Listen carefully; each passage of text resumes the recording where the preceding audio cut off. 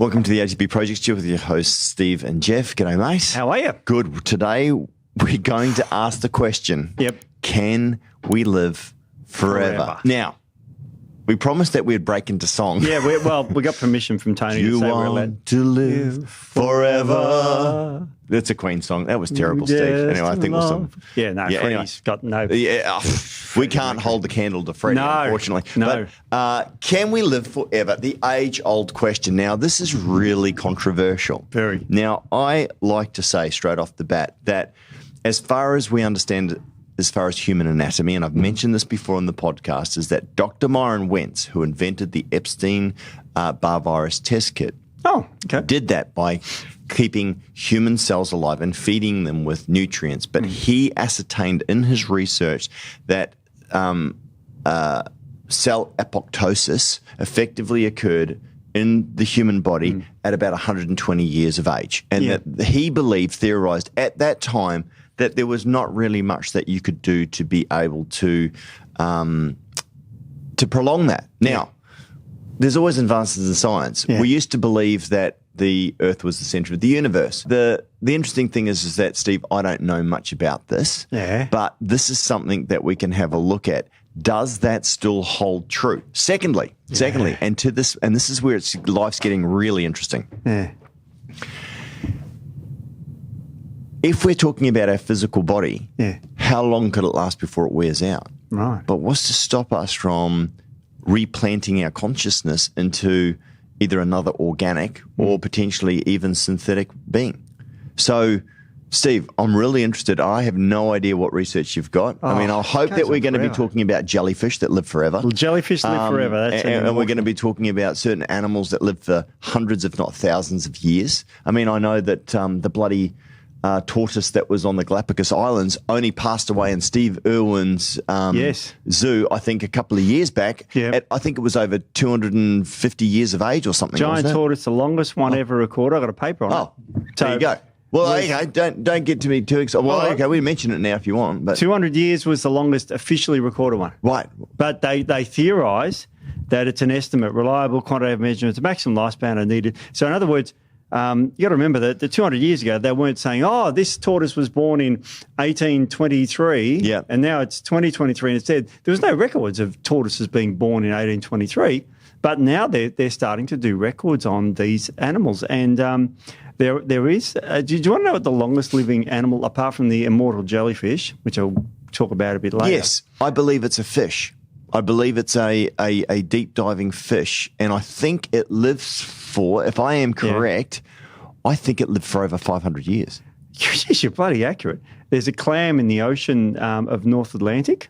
A clam. Okay. Clam. That's an invertebrate. I was talking about a vertebrate. All right. Well, invertebrate. Well, 507 years for the clam, but a Greenland shark. That's it. Can live. The oldest recorded one, and they've done, carbon dating all that shit on it. All that other stuff. They probed it. Yeah. Well, I think this one washed up, and it's 392 years. There you go. So that's a long time. That's crazy. Yeah. Now, there's tapeworms at 300 years. There's whales that are 211 years. Wow. Rockfish. Yes, I knew whales. Was it the sperm whale? No, which is the longest living whale? The bowhead whale. Bowhead whale. Yeah, I know it wasn't one of the... And even blue whales and that live for a long time as well. They all live for a long time. The whales do. There's... is that the Greenland shark? There you go. A very attractive animal. They're kind of prehistoric looking, aren't they? They are. For those that are they listening. Are prehistoric. So, Sharks are prehistoric. They were here, Remember, you got to But I mean, that really looks like it's straight out of the pages of a Jurassic, Park movie. Really. Yeah. Kind of. It's kind of. How would you describe that? I don't know. Listeners? Rustic is probably the way I'd describe it. Rusty, but look at it. It doesn't look like a shark that'll take your leg off. No. It looks more like... It might give you a good suck. I mean, if it's that old, it's probably lost all of its teeth and it will give you a very nasty hickey that you have to explain to your girlfriend, who may kill you after you come home. I always worried, if you want to live for 400 years like these fish do, how do they, what do they feed on if they're that old and that looking, they look decrepit? I can't imagine that thing zipping through the water at 100 mile an hour. Yeah. I mean, it must feed off, it's weird. Oh, here we are. What do they eat? Yeah, what do they eat? Just like, what Yeah, it's Squid. like fish, Seabirds. Well, I don't know. seabirds. There you go. And Seals and squid. I don't know if you've seen a squid. They move pretty damn quick. Okay, so the largest that it recorded is up to 6 meters. Yeah. So that's I guess the variety is what keeps them alive. So they are slow moving, are top predators. So there you go. Interesting. But this was published in Revamping the Evolutionary of Theories of Aging, and that was published 2019 for those who are playing at home. In terms of scientific understandings, 120 years is considered to be the approximate understanding. Now, I've seen some Chinese dudes whack up on the internet where they reckon that they were, 180 years or 220 years. Yeah. I don't believe it, to be honest. No. But what is the oldest proven? How would you say? Because, you can put up studies, Steve-O, but unless it's peer-reviewed, it's peer-reviewed. Well, I have a peer-reviewed study here, and the oldest living human is Jean I'll just say it in English, Calmet. Yeah. She's, or Calmet, she's French, so I guess that's how you pronounce it. Oh la la, she's the oldest recorded human that's been officially verified. Yeah. And still unmatched, a validated human lifespan of 122 years and 164 days. Wow. That's the oldest.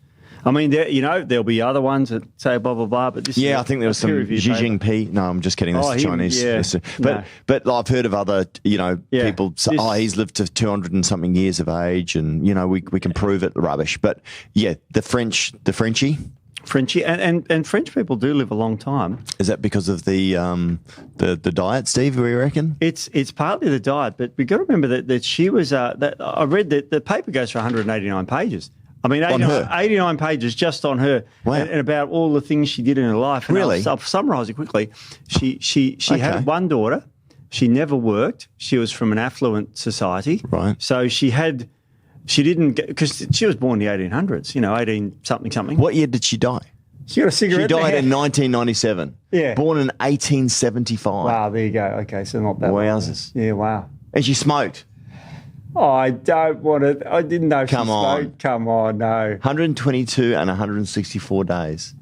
Wow, There you go. Died 4th of August 1997. Born 21st of February 1875. In the same year, Arles, France. And died in Arles, France.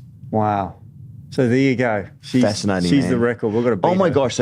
So she would have been 25 in 1900. Yeah. Oh my gosh. And she only, I'll say recently died, but about 25 years ago died.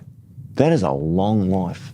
Oh, well, that's the longest life in humans. My auntie died at the age of 103 just recently. Yeah. Jeez. And my uncle's still alive and he's now 103. Wow. Yeah. And my dad died young at 87 because he got cancer from working with plastics all his life, which is part of the reason why I'm passionate about natural health and removing xenoestrogens and stuff like that. But anyway. It's funny because we talk about longevity and there's two sort of branches when you read all this literature. I've actually started planning for my second wife once Tony passes away. Oh, yeah? I'll outlive her, It's good. It's good. It's planning ahead. Well, I'm actually creating a list. Okay. Yeah, I'm sure Tony will love to listen to that. Yeah, well, the promise is that I just don't bring anyone to the funeral. Yes. I don't know if I can keep that promise. So there's two branches of anti-aging medicine. The first thing you've got to do is dodge all the diseases that'll kill you early. The heart diseases, the cancers, those sort of things. So that's one part of anti-aging, which they talk a lot about. It's about how to prevent a major disease, because that's what takes most people out, isn't it? Yeah. A heart attack or a cancer or something. This lady probably died of something, but it was probably old age related, obviously. But yeah, if she died at 122 years of age, is it possible, Steve, based on what Myron Wentz was saying, Dr. Myron Wentz, that she died of cell apoptosis? In other words, effectively the body's cell structure started breaking down. That's exactly how a lot of people die of old age. But you attribute it to heart failure or liver failure or something, right? Yeah, because that particular essential system, brain, whatever, just gives out. It's just too old. And that's what happens to absolutely everybody. Will die. So it's sort of, nowadays we can pinpoint where that person died, so it may be attributed to something. My auntie died in her 90s in her sleep, and no autopsy was done on her because she just died in her 90s, and it's like, well, that's it. But something failed in her. Sure. Now, brain, heart, whatever it was, it's semi-irrelevant. Yep. But if you die prematurely of like your father, who was older, but he died of a cancer. Yes. And that's semi-preventable because if he didn't work with plastics. Yeah. Like a lot of people, you've got to dodge those things that kill you. Now, I've got some figures for you. If we can increase our maximal lifespan by 1 year, guess how much money that will save the budget? You don't believe this is American budget, I should say. It's American figures. $38 trillion. Okay, so assume you can avoid these, cancers and heart disease and all this sort of thing. What we want to really talk about is the telomere increasing your aging. What is a telomere, Steve-O? Because we mentioned it before, but what is a telomere? Sure. If you think of a telomere as like a shoelace, and at the end of the shoelace, you've got those little plastic things. Yes. Now, every time your cell replicates, and they replicate all the time. Yeah. So where are they in your body? All the cells in the body. Yep. Every single cell has a telomere. Yep. And it's called the limit that they replicate, because there is a limit, and those telomeres become shorter and shorter until they run out, and then the cell dies, apoptosis, yes, and doesn't replicate. Yep. So that's called the Hayflick limit. And so everybody has different lengths of telomeres, right? Absolutely. So yeah. And there's telomerase, which is an enzyme that grows telomeres, so you can grow them. Really? Guess where in they your found body? those? Yeah. Jellyfish. No, cancer cells. Oh. So all of a sudden there's this problem because cancer cells are considered immortal. Like that on the Highlander, he's immortal. I love that show. Yeah, I know, it's great. And so they're immortal because they grow aberrantly, and of course it's bad in the body because you got a cancer somewhere, it grows somewhere, it replicates, and of course destroys the function of that organ. And if you've got a glioblastoma in your head or something, it just grows, crowds out all this other stuff, and about a year later you die. So it depends on the type of cancer. Brain cancers, astrocytoma, gliomas, and any other of those omas are bad, and we fight those. But those cells are technically immortal because they just keep replicating. Wow. So there's no limit. So that's why you can get a tumour that starts off tiny and then grows to a big wherever it is, So if we can find what that secret source is effectively and then help it with our good tissue, that's probably, I'd imagine there's probably a fair amount of research going into that. Absolutely. And you can measure your telomere length in your white blood cells, the most common one. Okay. And it used to be tens of thousands of dollars. Now it's hundreds of dollars. But so will that give you a prediction then, Steve, of when you'll die? No. Do you want to know why it doesn't? Why? Because it can be changed. Through nutrition, through environmental factors, stress and things like that. Yep, stress actually ages you fast. Do you want to start off with stress? Well, I think everybody's interested to go, okay, we're living in our own body. Yep. Potentially, without getting radical. And I think we should obviously start here, Steve, because this is the base. And I think we're going to be saying what most people know, which is stress less. Yeah. And we know that stress is a killer for so many reasons. I would imagine because of the oxidation effect in the body. Yep. And obviously just the way that it disrupts the body's, hormones and things like that. But cortisol, obviously, in moderation, great. Overuse of it is very bad. But are we going to say that if you can find a way to stress less and live a happier life, laughter. Yep. I mean, it's funny, right? I mean, all these old adages is that it says in Proverbs that laughter is like a medicine, like, joy and happiness is good for the soul and that it's good for you, right? Which is why I say to people, if you're not feeling well, go home and put on Dumb and Dumber or something that just makes you laugh, right? So that's anyway, maybe. Yeah. So what happens when you stress? And the good news about stress, and I'll give you some good news, is you can recover from stress. Right. I've got a graph here. This is from Cell Metabolism, a paper, which shows you this is your aging. Now, as you stress, you see your age goes up. Yep. But if you're stressed, you recover, it can go back to that normal line, which is you're slightly aging, but you can actually recover from stress. So it depends on the type of stress we're talking about.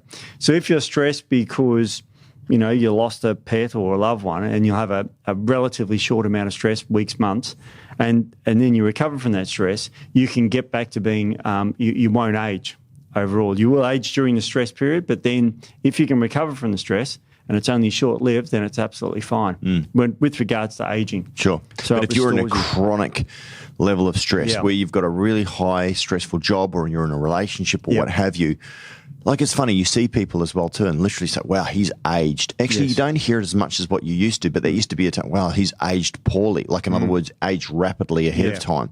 Stress has got to be a major factor of that. And chronic stress. So this is where holidays, time with family, downtime, movies, spending time with kids, spending time with your pets, your furry kids, whatever. Like it's really, really important to balance that out, right? Because obviously bouts of stress And what is that causing in the body? We know cortisol, but what else is it doing, Steve, and why is it aging us? It actually ages you. And what they did, and they test this on rats. Okay, so I'll use the rat model here because you can't physiologically stress a human because it's unethical, but they do it with rats. And they measure... experimenting on humans? Yeah. Never heard of that. No, never heard of that. But what they did with the rats was they measured what they call their DNA, mitochondrial DNA, and because there's two types of DNA in the body. One's in the cell nucleus and one's in the mitochondria. So you can look at those two different DNAs, and you look at the methylation process of those. Right. Now, methylation is a surrogate marker of aging. Right. And it's a really interesting chemical marker of aging, like telomeres. But methylation is just a form of detoxification, isn't it? It is one of the forms of detoxification. And if you methylate your DNA, that actually is good for your aging process. Okay. So it's a marker of aging. Because it's funny, we were talking this morning about diets, things like fasting and how that can help with autophagy and things like that. So obviously that helps with methylating your DNA? Correct, it does. Yeah, because there's more to it than that, but there's a whole paper on methylation. Okay. I'll get to it in a sec. Yep. But what they did with these people was they measured their DNA and they found that, yes, they chronically age them. But as you can see here, this is the rats you're talking about? This is the rat study. You can see like the bottom one there, they start off there, they stress them and it goes terrible aging and then it goes back to normal if they recover from that stress. Wow. So what you do with rats to typically stress them is you either hold them in a certain area so they're trapped, or unfortunately they put them in water where they almost drown. Jeez. Stressed. Like, ever heard that term, geez, I feel trapped in this situation? Yeah. I feel like I'm treading water. Yeah. It's funny, isn't it? That's exactly what they do to rats to stress them out. Wow. Because it has to be, you can't just poke them and that because they react differently. You've got to really stress the rat out. I don't know, but you might have to tell Beck about that. But what I was going to say in terms of this, you can actually see, Steve, that after the stress, there's almost a rebound effect where for a period of time, it might actually have a benefit. Well, short-term stress is beneficial for aging, like your telomeres. You want to lengthen them, exercise. That's what I was about to say. Yeah. We know that being sedentary, sitting is the new smoking. It is. So it's a balance, right? Yep. Short periods of stress followed by longer periods of recovery. I wonder if this is the same in terms of mental toughness. And here's the weird thing about humans is we are designed to stress a little bit because you got to remember for eons we were stressed from starvation, we were stressed from not being successful hunting, stressed from other predators. All those stresses have now gone. Like we live in a Western world. All right, I'm not Africa, but different parts of the world. We've got so much food everywhere now. We don't have that stress. We have no predators apart from other humans.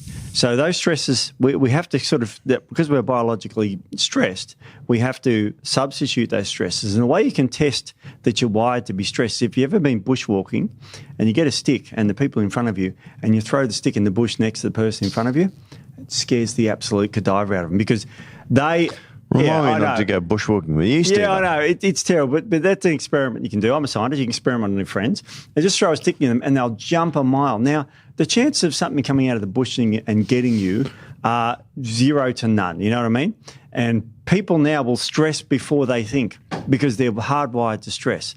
You know, you can be in someone's house and go boo to someone and they'll jump a mile because that was a survival thing that humans did because in the past, when you're in the bush, that could have saved your life if you got up and ran away from that lion. Go into a cemetery. Yeah. And literally, it's probably one of the safest places to be at night, isn't it? You know, because if you don't believe in zombies and all that sort of stuff, but it's scary. You have this manifestation of stress because you're in a dark cemetery and everyone around you is dead. Sure. Actually. So they're not going to come and get you. But there is this perception of being wired to be stressed. That's that's the problem. I've seen Pet Cemetery too many times and Poltergeist where they're buried on, burial grounds and stuff like that. That's the problem, right? I mean, Jaws scared the hell out of me for years. Oh, yeah. You know what? I was very young and I went to that and I went to my batch in Mangawai in New Zealand to swim in the water. I couldn't get into the water after watching that. Even though the teeth were rubbery and you can see them bending, it didn't matter. No, and that's what humans are. We're hardwired to stress. If only life was as simple as when you were a boy, Steve. Yeah, I know. Come out, beat the saber-toothed tiger rug, and we got fit chasing pterodactyls down. You called it. Was it TFC? No. Is it KFT?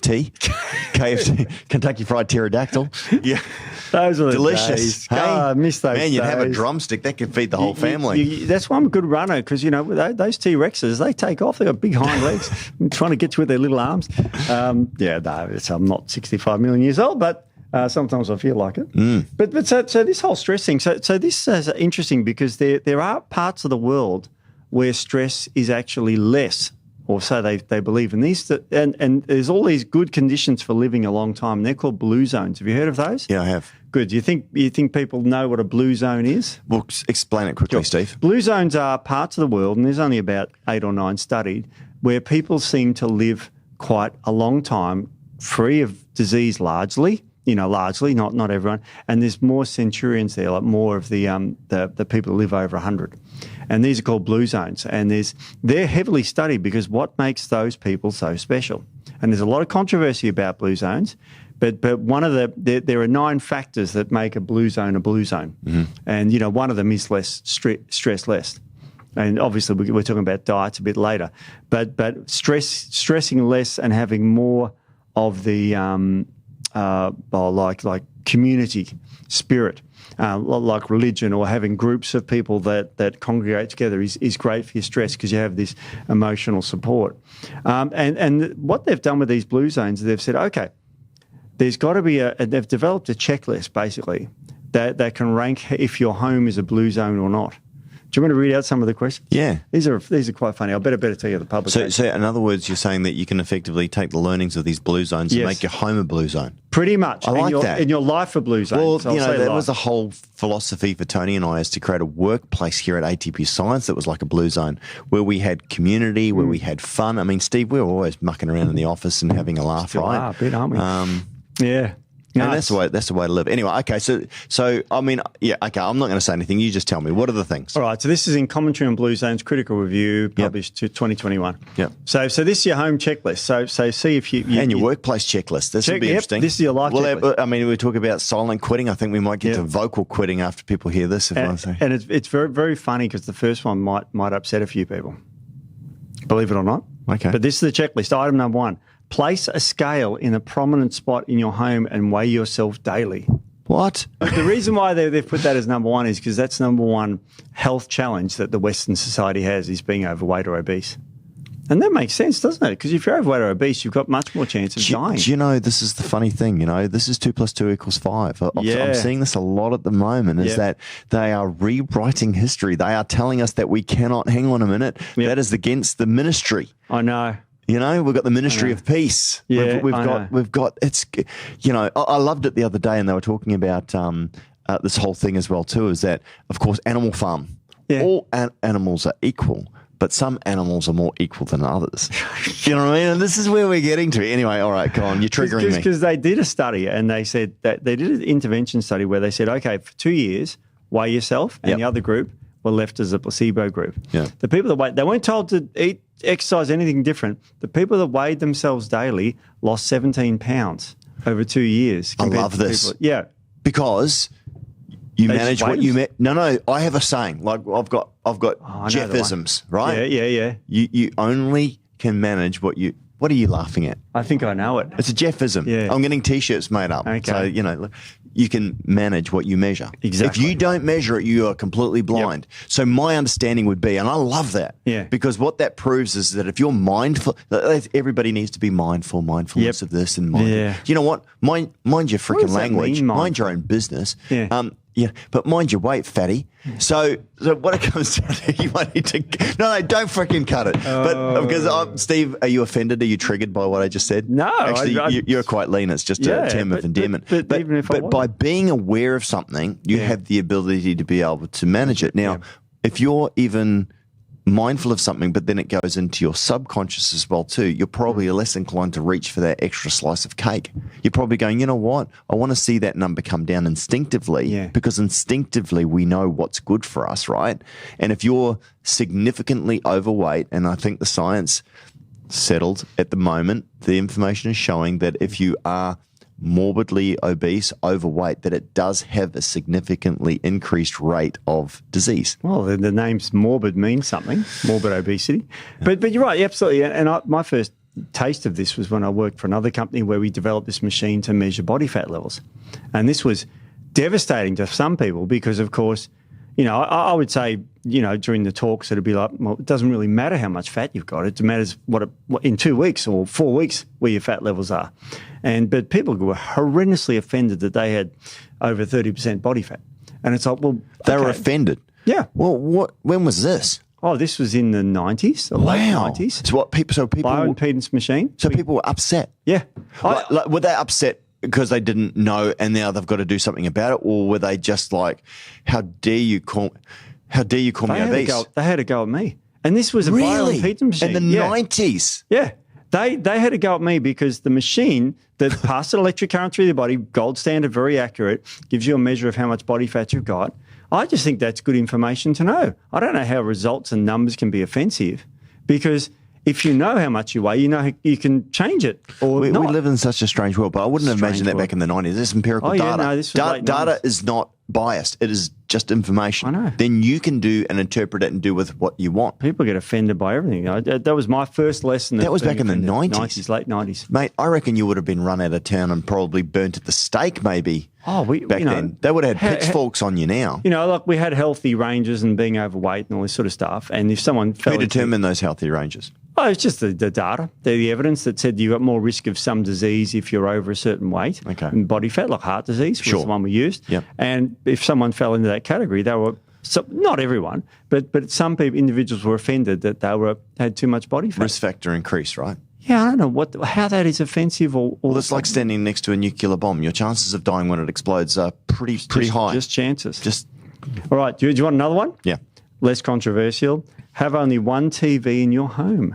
Really? This is one of their checklists. We do not have a TV in the bedroom. That's a big one. Neither do Beck and I, actually, come think of it. Only cameras. This one I don't agree with. I didn't hear it. I was probably lucky. I'm kidding. I didn't hear it. No, don't worry. Keep going. Okay. This one I don't really agree with, but anyway, I get what they're saying. Replace power tools with hand tools, because blue zone people are typically doing manual labour. And so if you've got power tools... So instead of having like an electric egg whisk, have the old style ones? Yeah, you do passive exercises. And build those forearms. Yeah, exactly. Yeah. Grow and maintain your own garden, because this is good for your brain and good for your health. I know. I guess I want to do it. Mind you, I did trim the hedges the other day. Did you? Yeah, I did. Good. I borrowed the next door neighbour's hedge trimmer. This one you get 10 out of 10 for if you own a dog. Yes, I know that. I have heard this before. Yeah. What about cats? Doesn't say cats. Yeah, that's right, because cats suck. No, I'm kidding. Poor flat face. I know, Steve. You love cats. No, you know what? I really do like cats. I desperately want a Maine Coon. Oh, they're beautiful, aren't they? They're just the most amazing looking cats. But I am highly allergic. My son is devastated because he's also allergic and loves cats. Does he? But yes, you're right. Owning animals, but specifically furry friends. The reason why they say dog is because you have to take a dog for a walk, and that's passive exercise. So it's all about doing this sort of passive exercise. Every morning I take the dog for a walk. Basically, the other one at the end there was own a bike and have it in good state. I've been thinking of getting a bike because I've got a bad knee. I'm missing cartilage in my knee now, so I can't run, but I do walk. But I probably should get on the bike. Exactly. Own a pair of the or it says own at least 4 of the following: a basketball, a baseball, a football, golf balls, clubs, inline skates, camping supplies, or running shoes. All those things are associated with good health. Now, you've got to use them too, I believe. Well, if you had them, you're probably more likely to use them. And in terms of footballs, I reckon I probably have about 30 footballs and about 10 basketballs at home, because the boys are football and basketball nuts. Okay. And I coach football. I'm just going to skip through a few. Yeah. Create an indoor exercise area. We've got that. Our garage is actually a gym. I know. It's awesome. Yeah. Get rid of your TV remote. So I'm not doing that. And it gives you, and anyway, you add all these up. And get rid of your TV remote. Tell me what knobhead is going to get rid of their TV. Steve, you're the healthiest, fittest person I know. Are you getting rid of your remote? No way. I mean, I got up and went for a run this morning. But what the Blue Zone people do is they don't get up and go to the gym and go to the run. They just make it part of their life. It's part of their life because they typically have to do more what they call passive exercise. Well, this is a big one as well too. And then these are the things that you can choose to do. It's funny, right? Because you go down to the shopping centre and everybody is jammed in, parked to one another right at the entrance. Yep. Why don't you just park away, and do the extra 100-meter walk. Yeah, I don't get it. Yeah, it's funny, and I hear people talk about this all the time. The little things, by the inch, it's a cinch, as they say. Yeah, that's right. All right. So the other blue zone, I've got another paper here on the blue zones, and it talks about the different areas, and the location of the blue zones is sort of a bit irrelevant. Like, it doesn't matter. Well, you've got it's all Okinawa, around the world. You've got the Greek islands. Yep. You've got which is it Sicily? I'm not sure. Yep. You've got Himalayas. Is it Nepal? Yep. Nepal. You've got what about? Here's funny, because one of the less stressed areas in the world that I've ever heard of is like Tonga and the islands.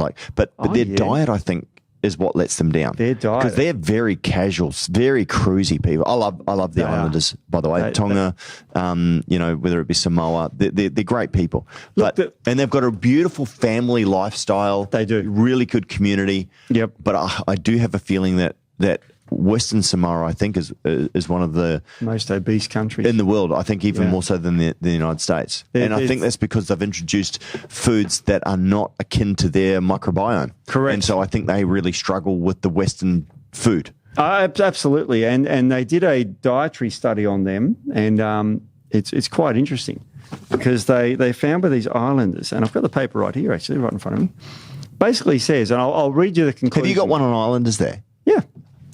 Yeah. How funny is that? Read what that says there, older islanders. Wow. So interesting. So I'll read interesting. Yeah. And so that's when you brought it up, I thought, really, that's why I keep the papers out like a big slips cord in here. Yeah. So basically, this is published in 2018, European Journal of Nutrition. It says, quote, and I'll read the conclusion and we can talk about it. Yep.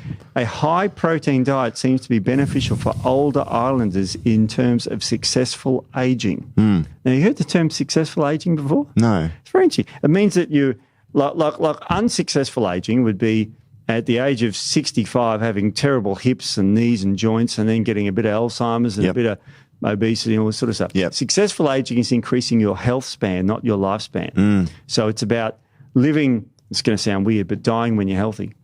Yeah. So you make it to 100 and then die. Living your best life. Well, it's funny, actually, both my brother-in-law is having a hip replacement at the age of 45. Oh, gee. He can't walk basically anymore. And next door neighbour, we saw her the other day. She's in her 70s. She's having to have another hip replacement as well too.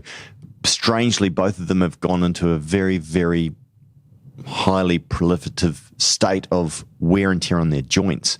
I've got my theories on it, but I can't mention it on this podcast because I'll be killed. But it's interesting. But you're right. Aging, diet, nutrition, exercise, all these things play a part of it. So aging successfully means that you're still mobile and still active. My auntie at 95 was still driving. See, that's successful aging. Yeah, she was, and mind you, it got to the point where her reflexes and that were slowing down. So there's always wisdom. But yeah, she was, and my uncle's still very healthy, over 100. So. Well, yeah, my mother's just turned 80 and she's goes to the gym 6 days a week. Good on her. Yeah, it's incredible. And still driving, still very cognizant, very healthy, she does all her own gardening and everything. When I go down, she lives in Melbourne, so when I go down there, I do some of the shitty cleaning drains and cutting down big things. But she's very active doing that, and that's kind of a blue zone thing. Yeah. Where she's doing her own. So yes, she's going to the gym. That's not blue zoning, but doing her own pruning and all that sort of stuff. It's sweeping and all that sort of. It's that passive exercise that she's active all day. So obviously retired. So stress less. All those things you just mentioned about what you should be doing inside the home, community, family. Yep. Obviously, we understand diet, and we speak about that all the time on the podcast, removing sort of, carcinogenic type foods and things. Well, no, we're running out of time, but I've got a. Well, let's just keep going because this is interesting. So, because I've got to really this is so you've got to have your protein levels healthy to keep muscle mass and all that. Detoxification. Because you don't want to get sarcopenia, especially as you get older, which is obviously the breakdown of muscle tissue. Correct. Yes. There was an amazing research paper published this year, 2023, and it's called The Potential Reversal of Biological Age in Women Following an 8-Week Methylation Supportive Diet and Lifestyle Program. So what helps methylation from the diet, Steve? Folate. Folate-rich foods. So I can go through the diet. Basically, I'll give you the results and then we'll go through the diet. Yeah. An 8-week diet and lifestyle intervention with an average decrease of 4.6 years. Wow. So methylation of DNA you can measure quite readily, and that's one of the more accurate markers, even more accurate than telomeres, of aging. So they measured the methylation of the DNA of these people after 8 weeks of intervention of this weird diet. Well, not weird. This diet, and we'll go through the diet, and it's quite interesting, the diet. It's nothing special. Yeah. I don't think it's very special, but it's interesting. But they actually lost 4.6 years of aging, which is remarkable, after 8 weeks. Wow. Yeah. After 8 weeks. Yeah. Do you want to know what they use an app to do all this sort of stuff? I mean, it's funny, right? I believe a lot in ancient wisdom because I believe that a lot of our predecessors, without bias, worked out what was actually good for you. Yeah. And I know that we've changed our eating cycle. Fasting, Steve? Did fasting have anything to do with it? They didn't do because fasting. I think, I mean, the research on fasting is pretty clear. It is. Very good. We'll get to the fasting. And what's interesting is this morning we were having a chat with one of our colleagues, and she wants to lose some weight. She came to us, people, and I talked about, well, actually, it's funny, right? I've been living with a lot of stress over the last few years, a lot, and not training. I've got an injury. I've even got a blooming bicep tendon issue at the moment. I don't know if it's a tear or something. So, but I'm sitting there as well too going, you know what? I'm actually going to slow down a little bit. And I've actually started creating a diet, what I want to do. Now, there's lots of exercise plans and diet plans and all the rest of it. But one of the things I'm fascinated with is fasting. Yeah. Because the benefits aren't just about weight loss. It's actually shown to be extremely, extremely beneficial for you. Absolutely it is on multiple levels. But on one of the levels with aging is if you're eating, now you suggested one that's pretty savage, but 18 fasting, 6 eating. Well, Steve, I'm looking at even alternate day fasting, which I would only do for a short period of time. Like anything, you should always check with your healthcare practitioner before you do it. Yeah. But secondly, it's about being never getting into a routine where your body becomes adapted. Yeah. So in other words, you should constantly be changing. It's the same as building muscle tissue. If you do exactly the same workout every single time, your body's going to adapt. Your level of growth or results is going to stagnate. Same with the way that you eat as well too. I know, incredible. And actually, there is a fasting component of this where they fast for 12 hours only. And I like 12-hour fast, and it's a great way to start. And by the way, it's like anything. You don't go, oh, you know what, I'm going to start running, and then by the end of the week, you're running a marathon. Yeah. It's the same thing with fasting as well too. Use things like bone broth. In fact, Steve, we're going to do a podcast on it. We've been asked to do the ultimate sort of, fasting, weight loss, keto diet, sort of program, what we recommend, and talking about other things like, supplements, L-carnitine, apple cider vinegar, the whole kit and caboodle, caffeine, when's good to use, when you're breaking a fast, what you should do, just as a sort of a bit of an overview, so that people can sort of, if they like, piecemeal it together to use it. Because for some people, this is a fantastic way to change their body, to body composition, which is going to lead to longevity. Absolutely. Yeah, anyway, but we'll do that on another issue. But in terms of the highlights there, Steve. Yeah, okay. So this 8-week intervention now what they did with foods is they said you've got to have, this is your daily foods. So, and then I'll get to the healthy lifestyle, which is exercise, but this are the foods. 2 cups of dark leafy greens, 2 cups of cruciferous vegetables, 3 cups of colourful vegetables, 1/4 cup of pumpkin seeds, 1/4 cup of sunflower seeds, 2 servings of methylation adaptogens. I'll get to those herbs later. Yep. They're herbs. 1 to 2 beets. Liver, and servings of eggs per day. Yep. Because they're good methylators too.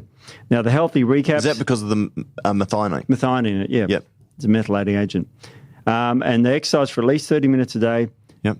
Practice deep breathing exercises, slept for at least 7 hours, and fasted for at least 12 hours. There you go. And the water goal was 8 cups per day. Supplements, they said probiotics and greens. Okay. So this is not a far out weird, you know. Interesting. So you're getting a crap ton of polyphenols in there. Yep. You're getting good amino acids, which are obviously supporting muscle tissue and methylation through the methionine as well too.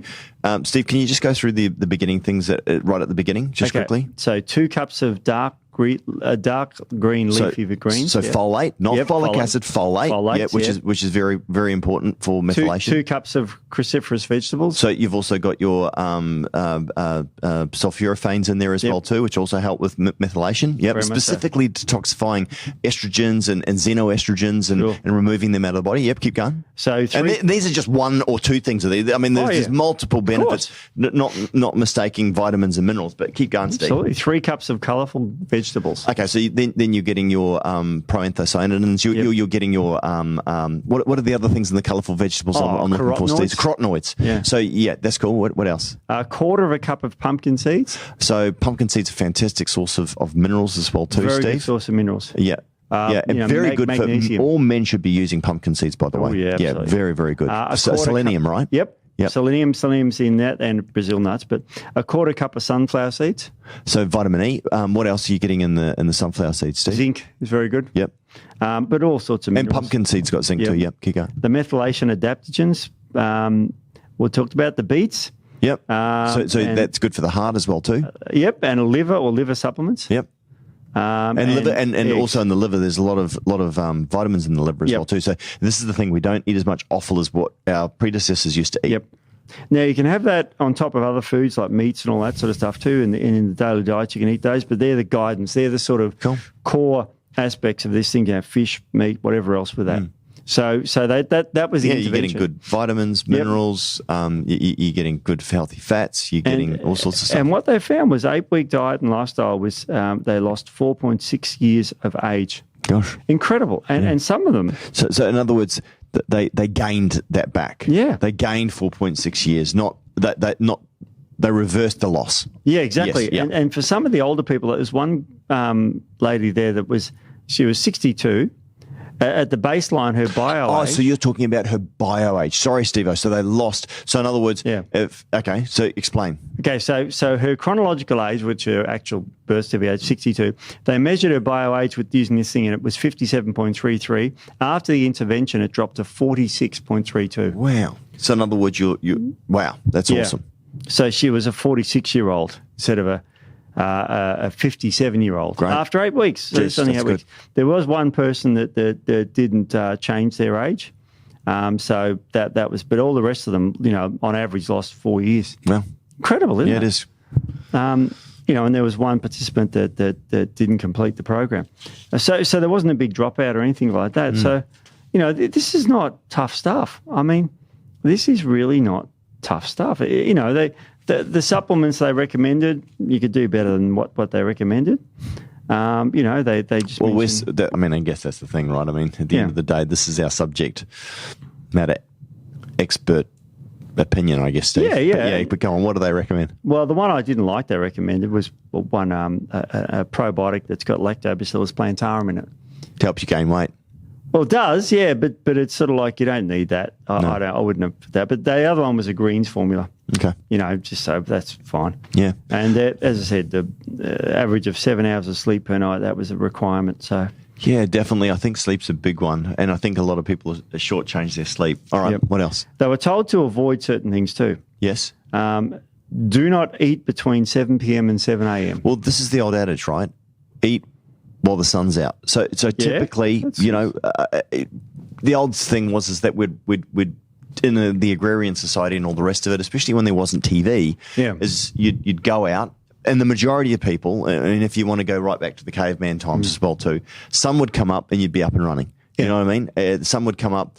As soon as the light hits your eyes, even if your eyes are closed, the light's still going through, right? Yeah. That's producing cortisol. That wakes you up. You get up. With the sun, you can see what you're doing. Yep. You're not having to stumble over the reeds to find the saber tooth that you're trying to... I mean, you know what I mean, Steve? I'm using your argument here. But you'd get up in the morning, you'd plough the fields while the sun was up, right? Of course. You'd work hard. You'd get exhausted, if you like. You'd come home, you'd have dinner. Now, depending on where you live in the world, I mean, sometimes obviously there's a lot more night and winter in some areas than what there was, say, on the equator, which is quite even. But typically then you'd have something to eat, and then you'd go to bed for the most part, right? And you'd sleep while it's dark and it's cold, and then you'd get out and you'd work while it was light. So therefore our bodies, I think, are attuned to eating sort of during that sort of 12-hour period. I like a shortened period, but that's a good rule of thumb. Most people are eating just before bed as well too, which is also a bad thing to do. They reckon at least 2 hours before bed that you shouldn't eat. Correct. And that helps with the circadian rhythms. So it means you're getting better quality of sleep. You're producing all your growth hormone in the first couple of hours. So it's when you're getting into that nice deep rhythm of sleep, that's when your body's doing a lot of benefit. Absolutely. But if you're eating, you're going to disrupt that. Exactly. And this is not tough stuff. I mean, you can do better. but you can eat less, whatever.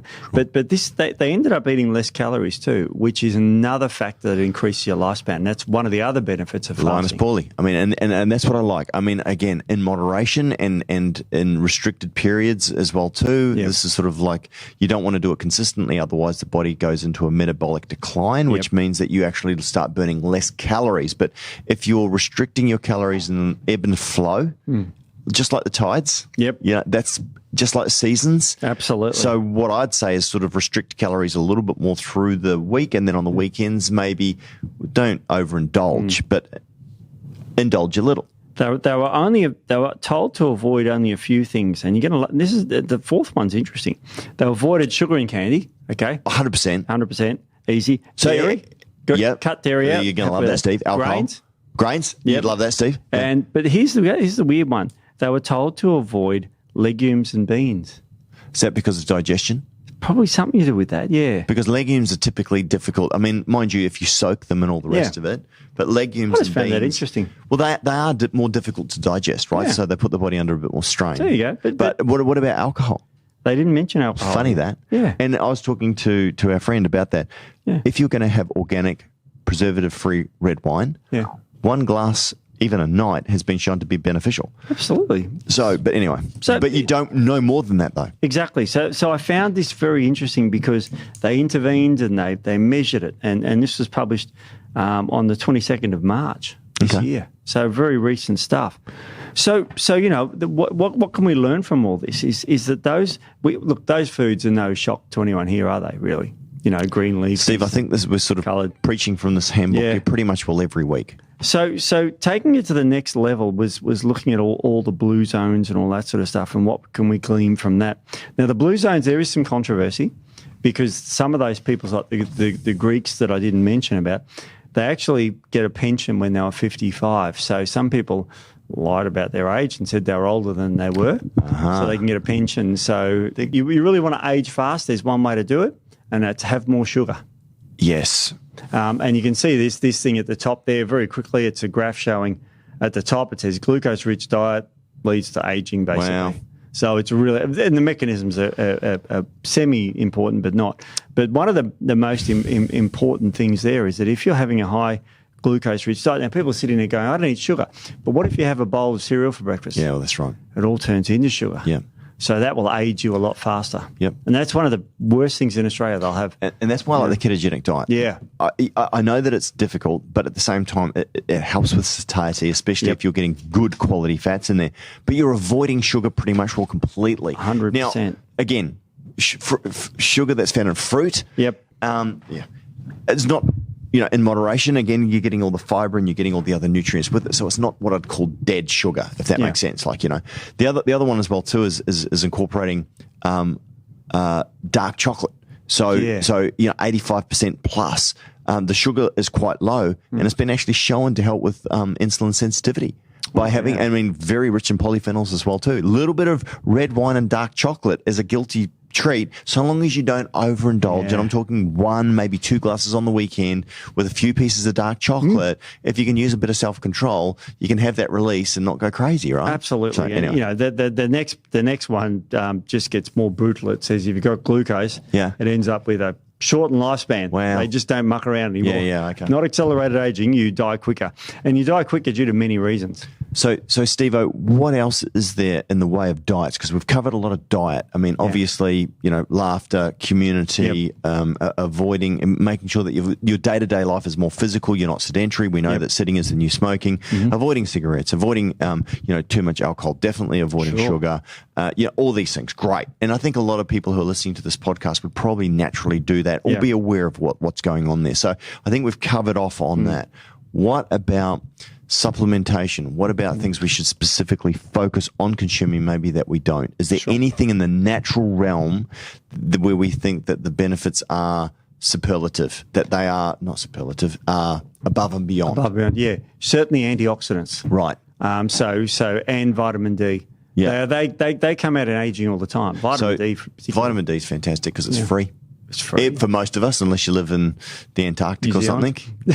Yeah, the land of the very long, very consistent white cloud. Yeah. But yeah, I think if in periods of England as well too, for prolonged periods of time, but just get outside if you possibly can. Absolutely. You can with a lot of especially people. first thing in the morning and first thing and last thing in the afternoon. Yeah. Don't wear sunglasses because we need that light going in through the eye. Not that you want to stare at the sun, but just the natural light beams. I think when you're wearing polarized sunglasses, it reduces the activation of the light by, I think, 1,000% or something crazy like that. Yeah, it does. So. It knocks out most of the wavelengths of light. So try and get some sunlight in your eyeballs. That's First thing in the morning, going for a walk is a great time to do it, by the way. And walking. I mean, you can kill 2 birds here. You can get vitamin D. You can get. Steve, we're not killing any birds on this. No, pterodactyls. Yeah. But They're you can fine. exercise. You can take your dog for a walk. You can get the vitamin D. Heart rate up. It fast a bit longer than you would normally. Then get up and eat. There's so many more benefits for exercising first thing in the morning. And polyphenols, antioxidants. I love pomegranate, probably one of my absolute favorites. But any of these sorts of things can be really beneficial. Potent antioxidants. Yep. And yes, you can supplement antioxidants with extra vitamin D and all this sort of stuff. Sure. But use that as a last resort. Try and eat your vitamins, which is what they're supposed to be done anyway. Yep. But vitamin D was the one that stand out for longevity because it's protection against cancer. Yep. Anything else, Steve? Yeah, magnesium. Right. That seems to be low in our society. You talk about dark chocolate before and nuts. We undereat those things. Yeah. So, try and get magnesium in your diet there, and that protects against heart disease. Yeah. So you got cancer. Are we doing a heart disease. podcast on nuts? Did we talk about down that? The track. We're doing one. Yeah. We're going to talk about all the benefits that you get from the different types of nuts. Yeah. And depending on what your goals are, whether you're missing something in your diet, whether you're a man, whether you want improved brain function.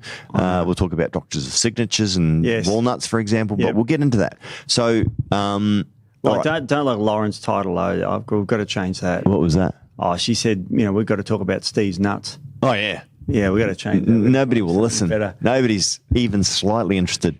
Not even Beck would listen to that one. No, she wouldn't. So, all right. So that's putting simple. But you cover it all off. You try and incorporate it all. You get rid of the stress. You exercise. You eat the greens. You eat that special diet. That's just kind of common sense to me. And get out of the refined food. Get off the grains, dairy, all that sort of stuff. Great. That's how you do it. Right. What about medication, Steve? Now, I'm not a huge fan of this, but I mean, again, let's not be science deniers. Yeah. Is there anything out there in the pharmaceutical world? Is there anything out there that's modern breakthroughs that are improving quality of life? Because I mean, you can be hooked up to a machine where they could, you could be dead, but that you're still alive. You know what I mean, right? But is there anything? There's one that's shining in the literature. Metformin. Yeah. I knew you were going to say that. Well, it's the one that's coming up in all the studies. Sure. They're giving it to animals and they're living longer. Okay. And that's what better quality of life too. Yeah.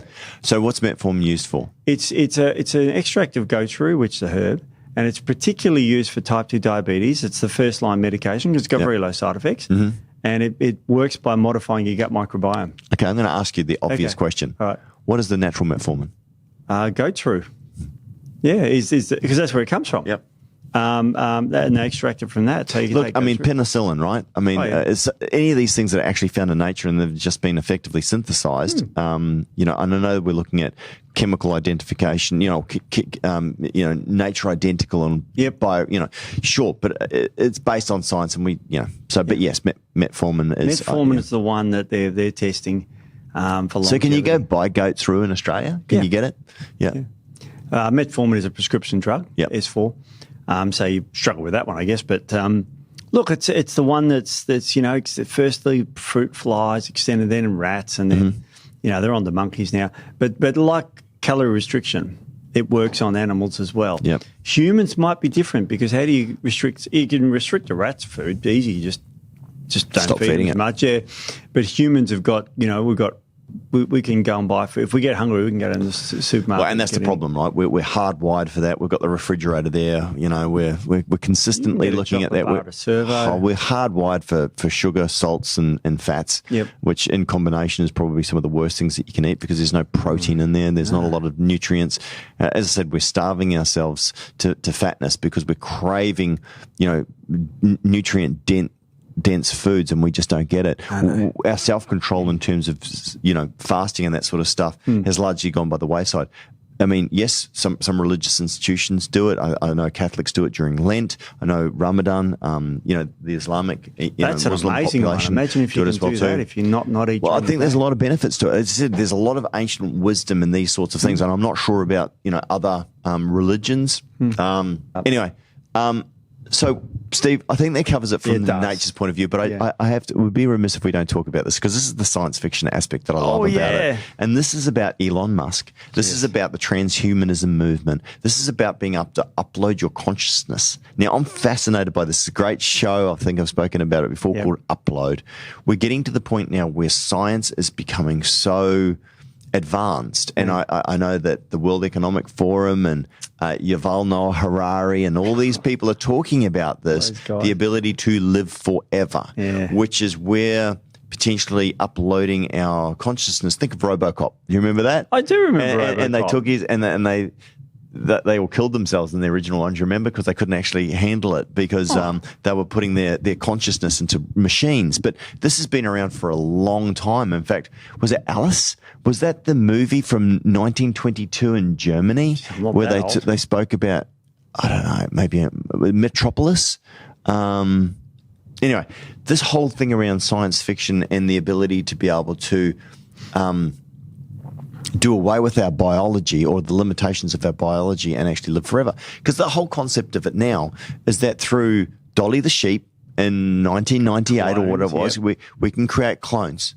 6 Day with Arnold Schwarzenegger. They talked about effectively having a backup of bodies. There was the other one as well too. Was The Island with Dr. Moreau? No. The Island, which was with Hansen, Scarlett Johansson. Oh yeah, and I like him. Ewan McGregor. All right, and basically they were kept on an island for body parts. Right? And so if something happened to you with it, well, why not upload your consciousness into the quantum computing? Is it possible to isolate that who you are, Steve, and consistently then make organic clones of your... Well, why don't you have an upgrade? Why don't you maybe, give yourself a bit of a... Don't like these glasses. I could get some new eyes. Let's get Gattaca. Oh, you know what I mean? Was good. Like, why don't we manipulate our CRISPR technology, right? Like, why don't we then create soulless entities? Now, forget about the ethical side. I'm just talking purely. But where science is heading at the moment, that's the organic side. But you still got limitations. Okay, so you upload your consciousness into these, and we've already heard Elon Musk talking about effectively putting a jack in the back of the brain. I mean, I think everyone's seen the monkey sucking on his banana pipe, controlling Pong with his brain, right? So we know that technology is already here. Oh, yeah. So if we can isolate you, your mind, your person, the essence that you are, and actually download that into another person, well, then why do we then need that when we've got synthetic beings that we can then create? Or what about the limitlessness of quantum computing and the internet? Why don't we upload our consciousness into the ether into the cloud, and never die? And then you never die. I mean, this is where they're going. This is where the transhumanistic movement is going. Well, I learned about a new AI thing today from Matt. I've forgotten the name of it already. The Google one. Bard. B-A-R-D. Oh, yeah. But being a computer, I mean, let's just, obviously the negatives, but I want to give you a positive. You never forget a thing. Sure. You never, you can put unlimited information in your head. Sure. Like, and you can formulate new things quicker, and, you won't ever have accidents, or minimal car accidents, because usually it's human error. You won't have any, if you're in a computer, you won't have to worry about this fitness business and keeping fit. You literally can upgrade, so something goes wrong, or you get enhancements. Your eyes become better. Sure. And Elon Musk has spoken about this in terms of obviously neural jacks helping people who are in wheelchairs to be able to walk again. These are noble aspirations. I understand that. But it's fascinating. So science around living healthier, living longer, getting back to nature, that's what I believe in. With the rest of it, I don't know. There's definitely some fascinating things. We don't know about aging. There's all these theories of aging. I've got a paper here on the biological theories of aging. We don't even know what really let me ask you a question. Okay. if you could upload your consciousness into a cyborg machine that looked and you could feel and felt normal and all the rest of it, would you do it? Of course I would. I think most people would. I would. I think most people would. If you could effectively create a clone of your body that is absolute flesh and blood, and you could upload your now mind into a 20-year-old body, get out, do it. right? Yeah. Of course. Of course I would. So this is, I think, where science is going. Yeah. But I think there's a few things that we need to look along the way because, who's to say that it's actually you that they upload? How do we know? Wow. I mean, soul, spirit, mind, we don't know where they are. No. So anyway. Weird stuff. Steve-o, we've covered a lot and that got really deep towards the end there. Absolutely. Yeah. Anyway, interesting on anti-aging. I think there's a lot in there for everyone. Absolutely. Steve-o. Yes. FAQs. That's So, right. hi, we listened to many of your podcasts. The sugar one in particular, we have listened to many times. I have a question on allulose. Yep. Steve, do you know what that sweetener is? Is that a brand name, allulose? Yeah. Well, it's not a brand name, but it's a name that's not accurate to the actual chemical, but that's all right. Okay. But D-piscose is the chemical. D-piscose, Yeah, okay. It's found in... Well, no, sorry, ask the question. Okay. So what do you think of this as a sweetener? After hearing about all the O sweeteners, especially the facts on sucralose, I'm just wondering where this one sits. We've been using stevia for many years. The brand that we use is no longer producing it and have replaced it with this product that includes stevia, monk fruit, and allulose. The bright colors on the packaging are enough to make a person suspicious. I like it. We would love to hear your thoughts on allulose.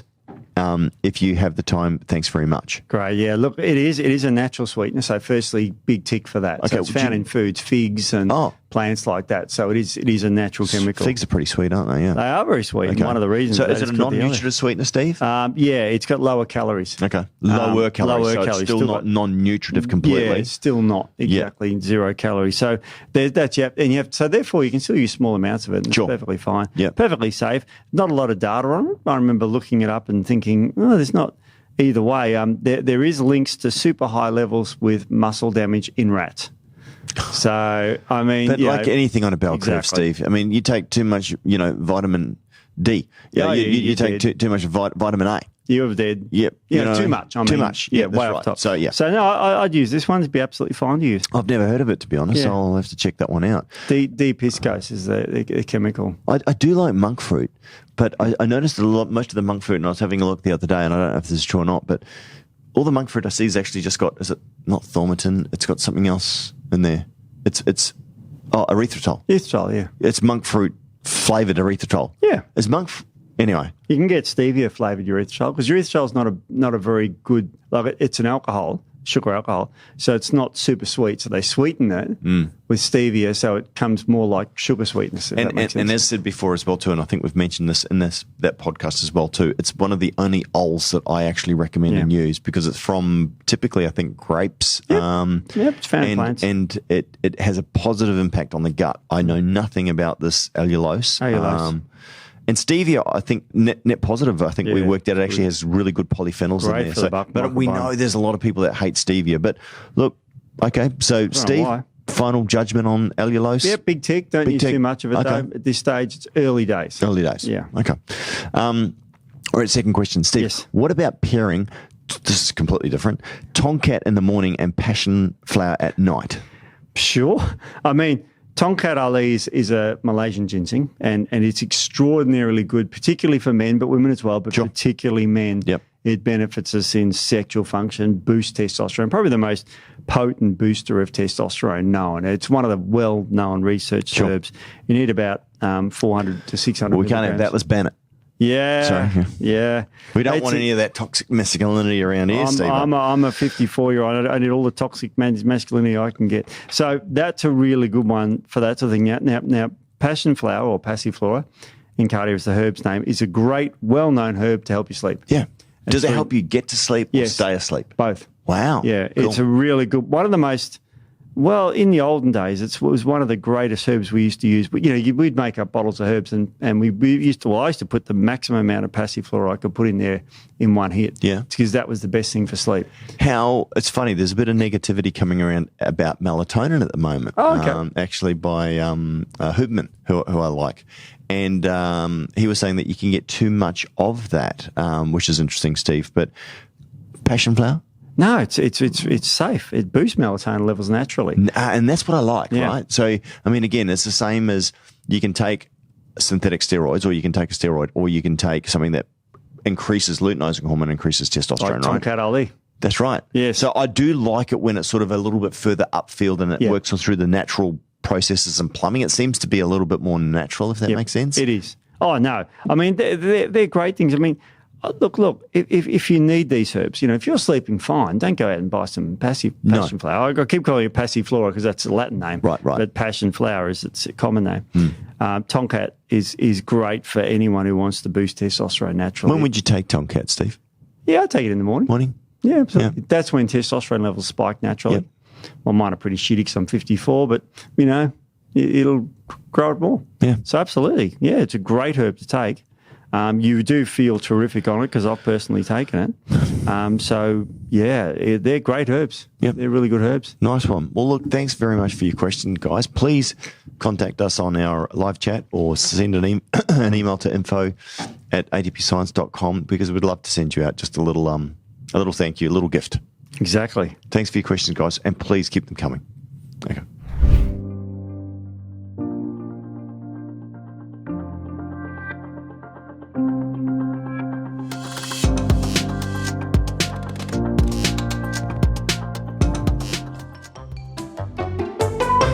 Righto. Yes. Stevo. Yes. We've been doing the Australiana series for a while now. I know. We're probably going to have to wrap it up soon because I think we're going through most of the good ones. But We haven't got much of a language, us Australians. Well, the funny thing is we don't actually know what is and what isn't because we're so used to using so many of these words. But Steve, I'll let you go first, and then I'm going to give you a bit of a history lesson in Australian slang. No, really? Yeah. All right, I want to hear that. All right. I'll ask you a question, and there's a slang word involved in this. Okay.